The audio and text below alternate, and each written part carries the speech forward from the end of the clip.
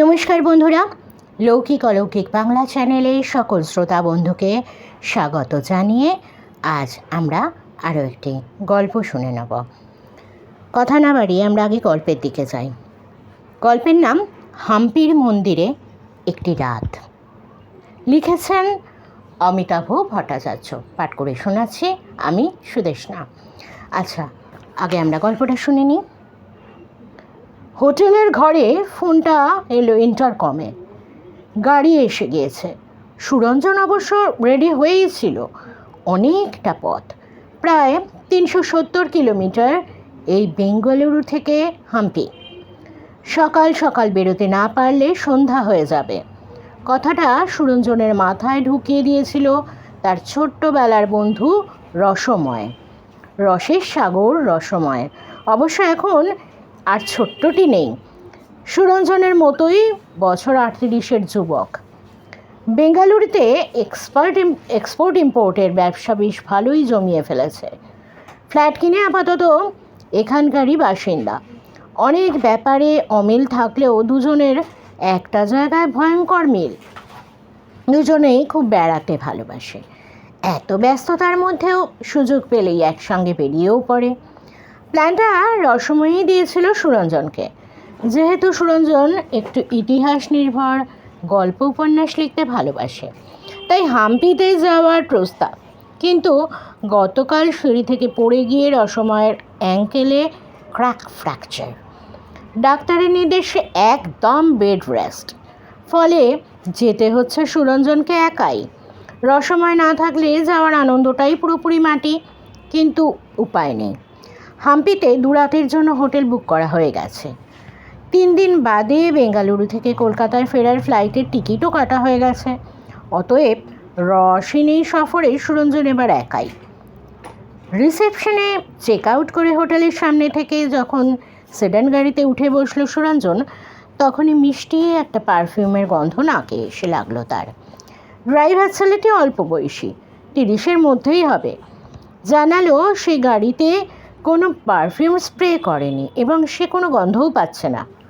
মনের ভুল ভেবে এসি বন্ধ করতে বলে জানলার কাচ নামিয়ে সুরঞ্জন গাড়ি স্টার্ট করতে বলল। গন্ধটা কমে গেলেও পুরোপুরি মিলিয়ে গেল না।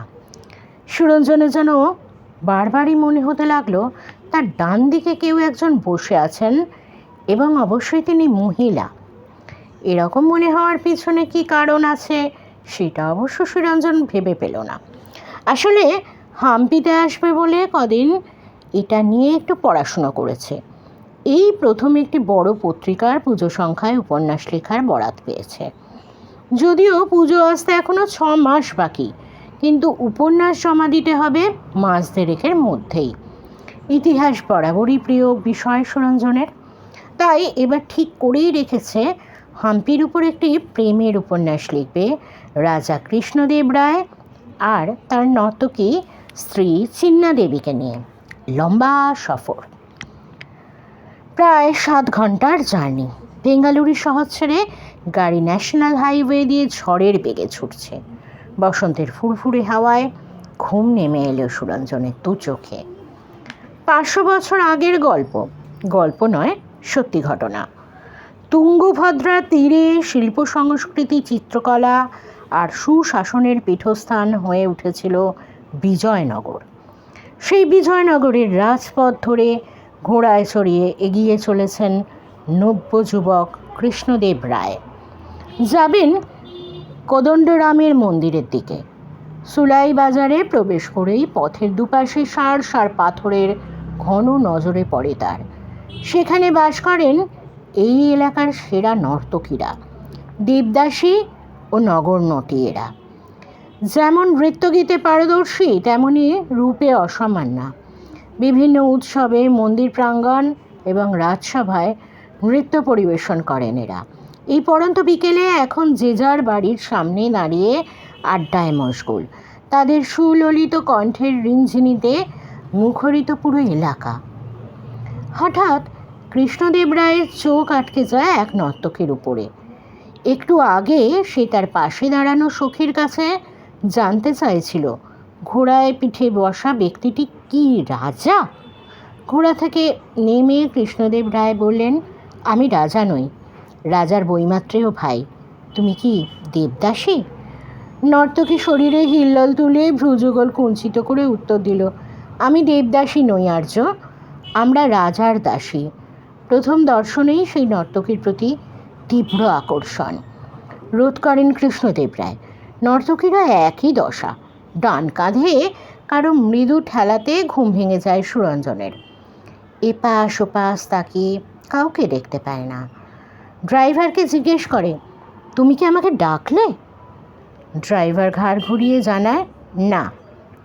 এক অদ্ভুত স্বপ্ন দেখছিল সুরঞ্জন। ইতিহাসের পাতা থেকে চরিত্রগুলো মুহূর্তের জন্য নেমে আসছিল তার স্বপ্নে। আসলে এগুলো নিয়ে কয়েকদিন একটু পড়াশুনো করেছে তো, এটা তারই আফটার এফেক্ট। ঘন্টা চারেক চলে গেছে এর মধ্যেই। এবার ব্রেক ফর লাঞ্চ। বিকেল 4টে নাগাদ সুরঞ্জন পৌঁছে গেল সেই সময়ের বিজয়নগরের রাজধানী হাম্পিতে। বিজয়নগর এখন ইতিহাসের পাতায়। এ যুগের মানুষেরা এলাকাটিকে চেনে হাম্পি নামেই।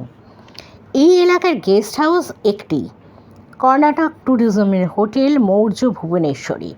হোটেল চত্বরে ঢুকেই মন ভালো হয়ে গেল সুরঞ্জনের। না, রসময় সত্যি একটা অপূর্ব জায়গা নির্বাচন করেছে থাকার জন্যে। একতলায় সারি সারি কটেজ, মাঝখানে বিরাট দুটো জায়গা জুড়ে কিচেন ও ডাইনিং স্পেস, বেশ কয়েকটি দোলনা, প্রচুর গাছগাছালি, বিশাল রিসেপশন, লাউঞ্জ এবং ডজন ডজন বাঁদর। একসময় হাম্পি নাকি ছিল কিষ্কিন্ধা নগরী, তাই এখানে তো বাঁদর থাকাই স্বাভাবিক। কোনো হাইফাই ব্যাপার নেই, কিন্তু বেশ একটা ঘরোয়া আভিজাত্য পুরো হোটেল জুড়েই। নিজের কটেজে ঢুকেই গাড়ির সেই পারফিউমের গন্ধটা আবার নাকে এসে লাগলো সুরঞ্জনের। ব্যাপারটা এবার খুব অস্বস্তিকর মনে হলো ওর কাছে। রসময়কে ফোন করে হোটেলের জন্য কমপ্লিমেন্ট জানিয়ে এই পারফিউমের গন্ধটার ব্যাপারটাও বলল। ও হেসে উড়িয়ে দিয়ে বলল, এমন বিখ্যাত ইতিহাস নগরীতে এই প্রথমবার পা রাখলো ওর বিখ্যাত সাহিত্যিক বন্ধু। সেজন্যই হয়তো এমন মিষ্টি রহস্যময় পারফিউম ওকে সাদর অভ্যর্থনা করলো। ফোন ছাড়ার আগে রসময় আবার মনে করিয়ে দিল, ভালো গাইড ছাড়া কিন্তু হাম্পি দর্শন অসম্পূর্ণ থেকে যাবে। ফ্রেশ হয়ে সুরঞ্জন রিসেপশন কাউন্টারে এসে প্রথমেই গাইডের খোঁজ করল। সরকারি গাইড এক বেলার জন্য 3000 টাকা নেবে। শুনে তো চোখ কপালে সুরঞ্জনের। এত টাকা এক বেলার জন্য? না, এখানে কোনো দরাদরির সুযোগ নেই, ফিক্সড রেট। পরে জানাবে বলে সুরঞ্জন একটু পায়ে হেঁটে হোটেল এবং তার চারপাশটা ঘুরতে বেরিয়ে পড়ল। হাম্পি খুব বড় টাউন নয়, স্ট্যান্ডার্ড হোটেল বলতে একটি। তবে আসার পথে 12 কিলোমিটার আগে হসপেটে অনেক হোটেল আছে। একটু খোঁজখবর নিয়ে জানলো ট্যুরিস্ট স্পটেও গাইড পাওয়া যায়, রেট অনেক কম।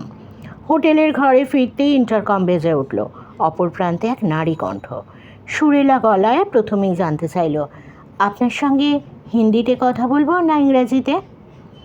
সুরঞ্জন হিন্দির চেয়ে ইংরেজিতেই বেশি স্বচ্ছন্দ, কাজেই কথা শুরু হলো ইংরেজিতেই। নারী কণ্ঠ জানতে চাইল, আপনি গাইড খুঁজছিলেন তো? আমি গভর্নমেন্ট গাইড। রিসেপশন থেকে যা বলা হয়েছে তার অর্ধেক টাকায় আমি পুরো হাম্পি শহর আপনাকে ঘুরিয়ে দেবো। আপনি কাল সকাল 9টার মধ্যে বিঠ্ঠলা মন্দিরে এসে রথের সামনে চলে আসবেন। কাউন্টার থেকে 30 টাকার এন্ট্রি টিকিট কেটে নেবেন। আর কিছু জিজ্ঞেস করার আগেই ফোনটা কেটে গেল। অর্ধেক টাকায় পুরো হাম্পি শহর ভ্রমণ, আবার সঙ্গে একজন মহিলা গাইড, তার কাছ থেকে ইতিহাসের পাঠ নেওয়া। সুরঞ্জনের মনটা ফুরফুরে হয়ে গেল। কিন্তু রাতে ডাইনিং টেবিলে যাওয়ার আগে রিসেপশনে গিয়ে শুনল ওখান থেকে কোনো মহিলা কিংবা পুরুষ তার ঘরে ফোন করেনি। তাছাড়া কোনো মহিলা গভর্নমেন্ট গাইড এই হোটেলের সঙ্গে যুক্ত নয়। তাহলে এরপর থেকে কৃষ্ণদেব রায় প্রায় প্রতিদিনই একবার করে আসেন তার প্রেয়সীর সঙ্গে দেখা করতে ওই নটিপাড়ায়। শুধু দেখা নয়, অপরূপ নৃত্য সুধা পান করেন নর্তকীর। কখনো বা দেখা হয় তুঙ্গভদ্রার তীরে, কোদণ্ডরাম মন্দিরে, বিঠ্ঠলার মন্দিরে কিংবা রাজপথের কোনো বিশেষ জায়গায়। প্রেয়সীর নাম চিন্না। কৃষ্ণদেব রায় চেয়েছিলেন সৈনিক হতে। এই সম্পর্কের যে কোনো পরিণতি নেই সৈনিকের কঠোর অনুশাসনের জীবনে, তাও তিনি জানতেন। কিন্তু ভাগ্যদেবী আড়াল থেকে অন্য খেলা খেললেন। বিজয়নগরের রাজা বীর নরসিংহ অসুস্থ হয়ে পড়াতে তার 8 বছরের ছেলেকে সিংহাসনে বসাতে চাইলেন। মহামন্ত্রীর চালে নাবালক ছেলের বদলে মহারাজের মৃত্যুর পর কৃষ্ণদেব রায়কেই সিংহাসনে বসালেন মহামন্ত্রী। কৃষ্ণদেব রায় হলেন বিজয়নগরের নতুন রাজা। খবর গেল চিন্না দেবীর কানে। তিনি বুঝলেন রাজা হওয়ার পর কৃষ্ণদেব রায় আর কোনো দিনই এই নগরণটিকে বিয়ের কথা ভাববেন না। কটেজের বেডের পাশের দেওয়ালে প্রায় অর্ধেকটা জুড়ে বিশাল জানলা। জানলার শাসি যদিও টানা, ফেলা হয়েছে ভারী পর্দাও, তবুও খসখস শব্দে ঘুম ভেঙে গেল সুরঞ্জনের। স্বপ্ন দেখছিল সে। ভয়ে আতঙ্কে ঘামে ভিজে গিয়েছে গেঞ্জি। ঘরের সব কটা সুইচ অন করে দিতেই ঝলমল করে উঠল পুরো ঘরটা। পর্দা সরিয়ে জানলার কাছে চোখ রাখতেই চমকে উঠল জুলজুল করছে দুজোড়া চোখ। একটু ধাতস্থ হতে বুঝল ভয়ের কিছু নেই, ভোর হয়ে এসেছে। খাবারের সন্ধানে হাজির হয়েছে এক বাঁদর দম্পতি। টয়লেট থেকে ফিরে আবার বিছানায় গা এলিয়ে দিল সুরঞ্জন, কিন্তু ঘুম আর এলো না। কৃষ্ণদেব রায় আর চিন্না দেবীর এই প্রেম কাহিনী এত ডিটেলে কে তার কানের সামনে বলে যাচ্ছে ভাবতে থাকলো। 9টার একটু আগেই সুরঞ্জন পৌঁছে গেল বিঠ্ঠলা মন্দিরে। গাড়ি ছেড়ে পায়ে হেঁটে মন্দির চত্বরে প্রবেশ করলো। টিকিট কেটে দাঁড়িয়ে পড়ল গাড়ির লাইনে। পরিবেশ বান্ধব গাড়ি চড়ে রাস্তার দুপাশের ইতিহাসের নানা নিদর্শন দেখতে দেখতে মিনিট 5 মধ্যে পৌঁছে গেল মূল মন্দিরের ফটকে। সুরঞ্জন তো এখনই পৌঁছতে হবে পাথরের রথের সামনে। সেই মহিলা গাড়ি তো ওখানেই অপেক্ষা করবেন। মূল মন্দির চত্বরে ঢুকে চারপাশ তাকাতেই ডান দিকে চোখে পড়ল সেই বিরাট ঐতিহাসিক পাথরের রথ। 50 টাকার নোটে যেটির ছবি ছাপা থাকে।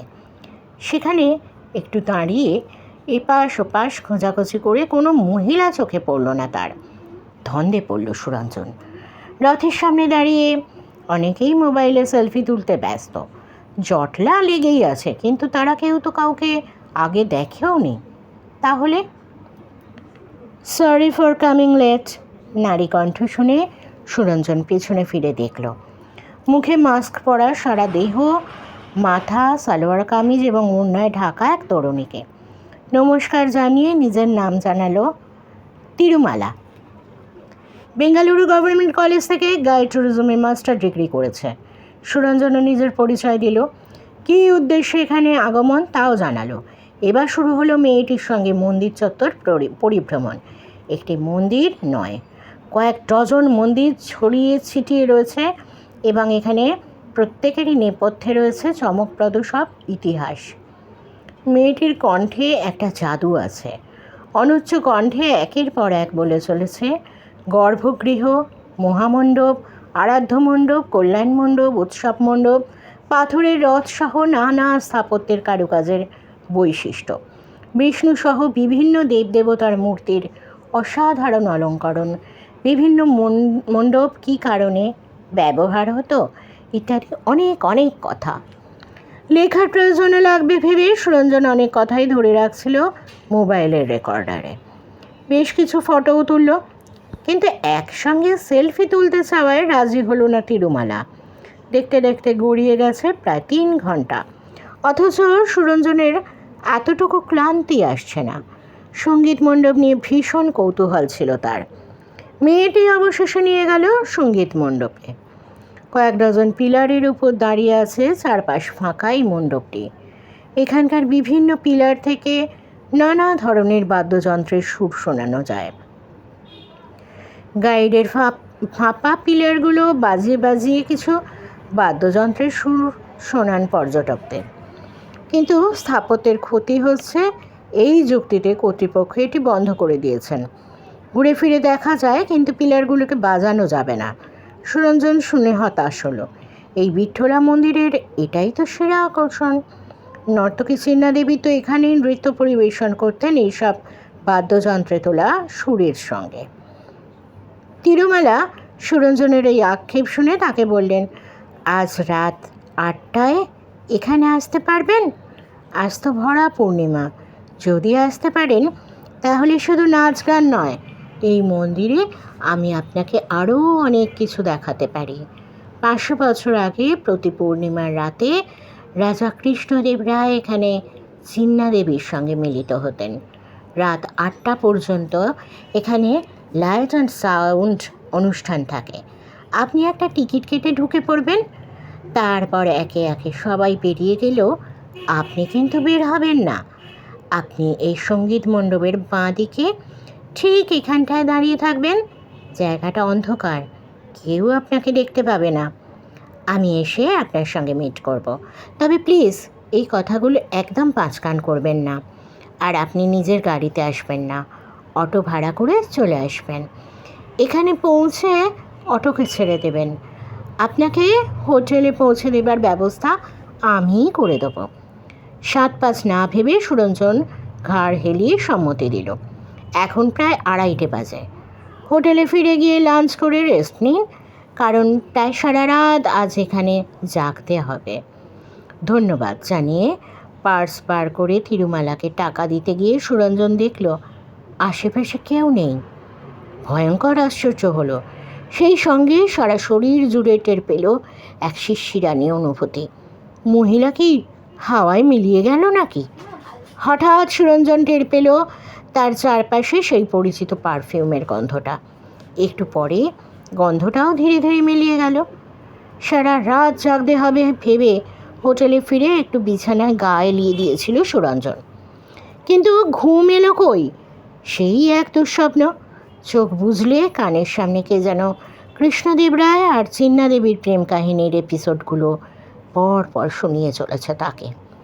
7টার একটু আগেই মন্দিরে পৌঁছে গেল সুরঞ্জন। টিকিট কেটে পরিবেশ বান্ধব গাড়িতে চড়ে মূল মন্দির প্রাঙ্গণে গিয়ে চেয়ারে বসে দেখতে লাগলো লাইট অ্যান্ড সাউন্ড। 500 বছর আগে সেই বিজয়নগরের ইতিহাস। এই অঞ্চলের বিভিন্ন মন্দিরে গড়ে ওঠার কাহিনী, তার স্থাপত্য ইত্যাদি নানা বিষয় নিয়ে ধারা বিবরণী। সঙ্গে এই মন্দিরের বিভিন্ন নির্মাণ শৈলীর উপর আলোর খেলা। সুরঞ্জনের আর তর্সই ছিল না। প্রদর্শনী শেষ হতেই সে গিয়ে দাঁড়ালো তিরুমালা নির্দেশিত সেই জায়গায়। ধীরে ধীরে সম্পূর্ণ জনহীন হয়ে এলো মন্দির চত্বর। শুধু আকাশ থেকে চাঁদের পূর্ণ জ্যোৎস্নালোকে একটু একটু করে উজ্জ্বল হয়ে উঠতে লাগলো নৃত্যমণ্ডপ। মিনিট 5 কেটে গেল। কেউ কোথাও নেই। সবে বসন্ত এসেছে। হাওয়াতে রয়েছে এখন শীতের আমেজ। সুরঞ্জন ঠিক বুঝতে পারছে না এখন তার কী করা উচিত। হঠাৎ সেই মিষ্টি পারফিউমের গন্ধটা বাতাসে মিশে একটু একটু করে এগিয়ে এলো সুরঞ্জনের দিকে। সুরঞ্জন তাকিয়ে দেখল তার ঠিক পাশেই দাঁড়িয়ে রয়েছে তিরুমালা। এখন তার মুখে মাথায় কোনো অবগুণ্ঠন নেই। বেশ সাজগোজ করে এসেছে। মাথায় খোঁজা বাহারি ফুল গোজে। মিষ্টি হেসে বলে ওঠে, আদাব পত্রকারজি, আমার স্পেশাল গেস্ট সারা এই রাতের অনুষ্ঠানে আমি কাউকে নিমন্ত্রণ করি না। আপনি ইতিহাস ভালোবাসেন, ইতিহাস নিয়ে পড়াশুনো করেন, ঐতিহাসিক পটভূমিতে উপন্যাস লিখবেন, তাই আপনার মতো একজন শিক্ষিত মানুষকে আমার খুব ভালো লেগেছে। জানেন, এই মণ্ডপে একসময় নগরনটীরা নাচ গান করে রাজা এবং তার সভাসদদের মনোরঞ্জন করতেন। বাদ্যযন্ত্রীরা এই মণ্ডপের বিভিন্ন স্তম্ভে শুধুমাত্র আঙুল দিয়ে বিভিন্ন যন্ত্রের বোল তুলতেন। তবলা, মৃদঙ্গ, খঞ্জনি, খোল, করতাল, তানপুরা, বীণা, মন্দিরা সব যখন একসঙ্গে বেজে উঠত তখন সারা মণ্ডপ প্রাঙ্গণ সুরের ঝর্ণাধারায় হেসে উঠত। রাজা খুব গোপনে এখানে নর্তকী চিন্নার সঙ্গে দেখা করতে এবং তার নাচ দেখতে আসতেন। চিন্নাকে রাজা ভালোবেসে বিয়ে করেছিলেন ঠিকই, কিন্তু কোনোদিন তাকে প্রকাশ্যে আনার সাহস দেখাননি। অন্তঃপুরবাসিনী রানীর জীবন মোটেও সুখের ছিল না। তবুও তিনি প্রেমের জন্য নিজেকে বলিদান দিয়েছিলেন। তার শিশুপুত্রটিকেও রাজার জীবিত অবস্থায় চক্রান্ত করে বিষ খাইয়ে হত্যা করা হয়। সুরঞ্জন মন্ত্রমুগ্ধের মতো শুনছিলেন তিরুমালার কথা। হঠাৎ খেয়াল করলেন পুরো মণ্ডপের বিভিন্ন স্তম্ভে মশালের আলো জ্বলে উঠল, ঝলমল করে উঠল পুরো মণ্ডপটি। তাকিয়ে দেখলেন তার পাশে আর তিরুমালা নেই। মণ্ডপের সবকটি স্তম্ভে বিভিন্ন বাদ্যযন্ত্রের সুর বাজতে শুরু করলো। এক নর্তকী মণ্ডপে প্রবেশ করে সবাইকে হাত জোড় করে নমস্কার জানালো। ওড়নায় ঢাকা তার মুখ। তারপর শুরু হলো নাচ। তার দেহের বিভঙ্গি, তনুপটির হিল্লোলে, হাত পায়ের বিভিন্ন মুদ্রায় ঝড় উঠল পুরো মণ্ডপ জুড়ে। হঠাৎ সুরঞ্জনের কানে এলো ঘোড়ার খুরের আওয়াজ। খুব কাছে এসে ঘোড়াটি থামল।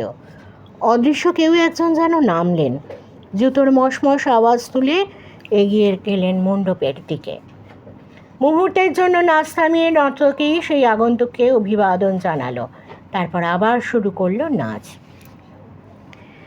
দেখতে না পেলেও সুরঞ্জন বেশ বুঝতে পারছিলেন এখানে আরও অনেক লোকজন রয়েছেন যারা নর্তকীর নাচ দেখে বাহবা জানাচ্ছেন, কিন্তু কাউকেই সে দেখতে পাচ্ছে না, এমনকি রাজাকেও না। হাত পা কেমন বিবশ হয়ে আসতে লাগলো। চোখে মুখে লেগে গেল ঘোর। সে কি সেই কৃষ্ণদেব রায়ের রাজত্বকালের বিজয়নগরে ফিরে যাচ্ছে? তা কী করে সম্ভব? সেই মিষ্টি পারফিউমের গন্ধটা ধীরে ধীরে তীব্র হচ্ছে। হঠাৎ সুরঞ্জন দেখল সেই নর্তকী মণ্ডপ থেকে সরাসরি নিচে নেমে এগিয়ে এলো তার দিকে। দুহাত প্রসারিত করে তাকে আহ্বান জানালো একসঙ্গে নাচার জন্য। সুরঞ্জন মন্ত্রমুগ্ধের মতো এগিয়ে গেল নর্তকীর দিকে, কিন্তু তার হাত দুটো স্পর্শ করতেই চমকে উঠল। ও দুটো যে বরফের মতো ঠান্ডা। খিলখিল করে হেসে উঠে অবগণ্ঠন সরালো সেই নর্তকী।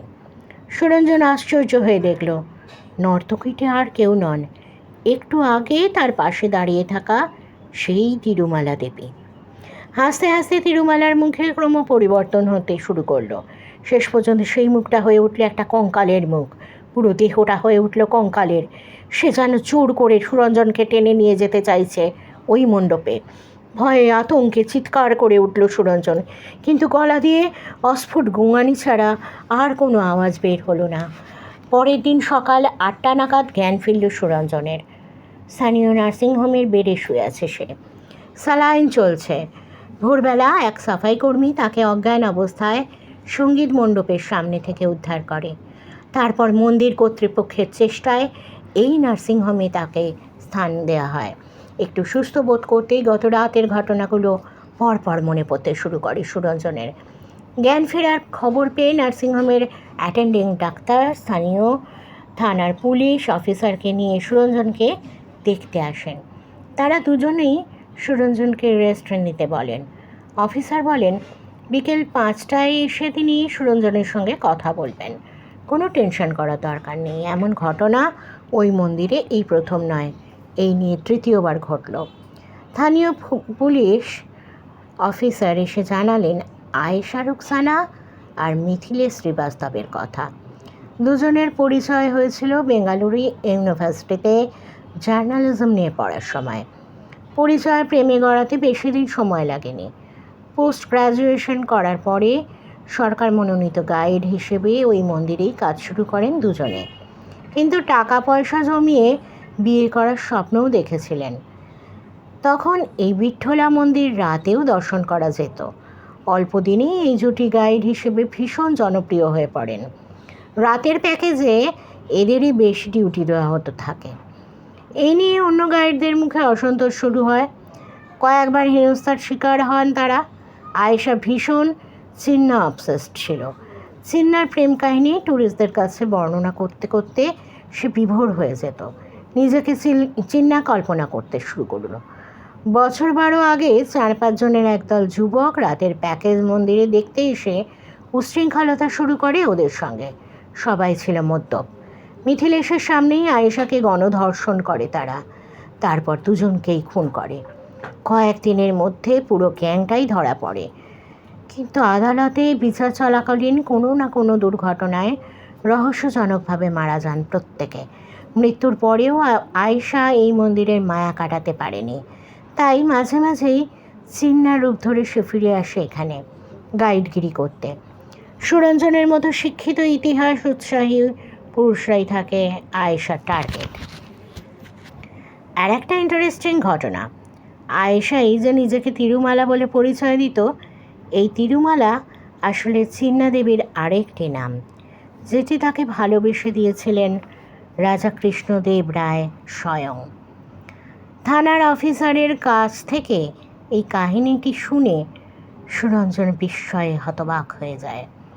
তাহলে কাল দিনে এবং রাতের অনেকটা সময় একজন মৃত মানুষের সঙ্গে কাটিয়েছে সে, তাকে স্পর্শ করেছে। মনে মনে তিরুমালাকে অনেক ধন্যবাদ জানায় সুরঞ্জন, কারণ তার উপন্যাসের মাল মশলা তিরুমালার কাছ থেকে সে প্রায় সবই পেয়ে গেছে।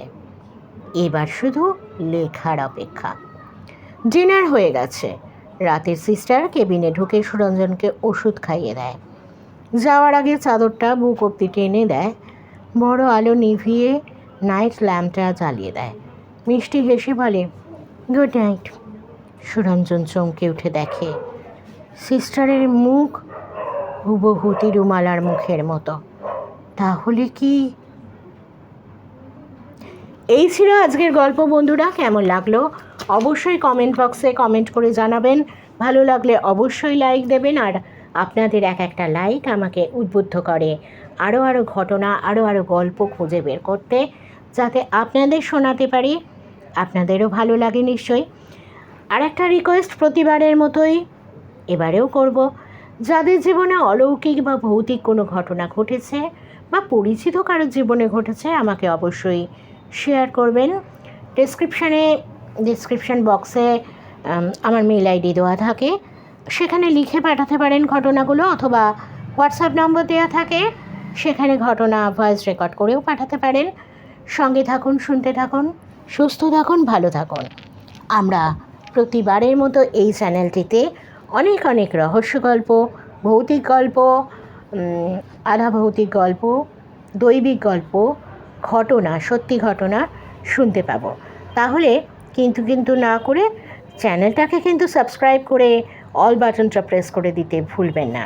সব নোটিফিকেশন আপনার কাছে সবার আগে পৌঁছে যাবে। আজ শুভরাত্রি জানিয়ে বিদায় নিচ্ছি আমি সুদেষ্ণা। বাই।